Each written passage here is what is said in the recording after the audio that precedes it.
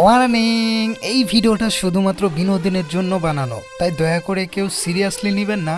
ধন্যবাদ। মুভির শুরুতেই আমরা রণবীর সিংকে দেখতে পাই, যে কিনা রাত্রে মার খেয়ে একটি টেবিলের উপরেই শুয়ে পড়ে, আর নিচে আবর্জনা পড়ে থাকে, যেগুলো ছিল সব লাল এবং সাদা পলিথিনে ভরা। কিন্তু সকাল হতে দেখি ও মা, এগুলো সব কালো আর সাদা পলিথিন হয়ে গেল। কেমনে কি ভাই?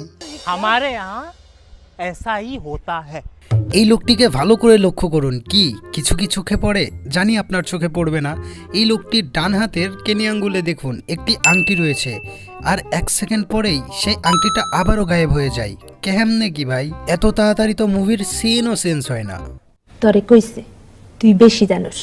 এইখানে দেখুন, হামজা যখন রহমানের ছোট ছেলেকে বাঁচাইতে চাই, তখন তার হাতে থাকা ব্ল্যাক ট্রেটি সে মাটিতে ফেলে দেয়। ক্যামেরার অ্যাঙ্গেল ঘুরতে না ঘুরতেই আবার সেই ব্ল্যাক ট্রেটি তার হাতেই চলে আসে।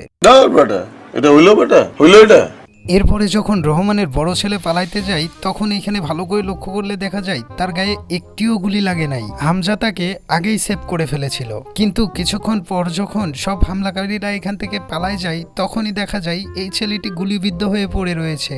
গুলিগুলো তো গায়েই লাগলো না, তারপরও মারা গেল কেমনে?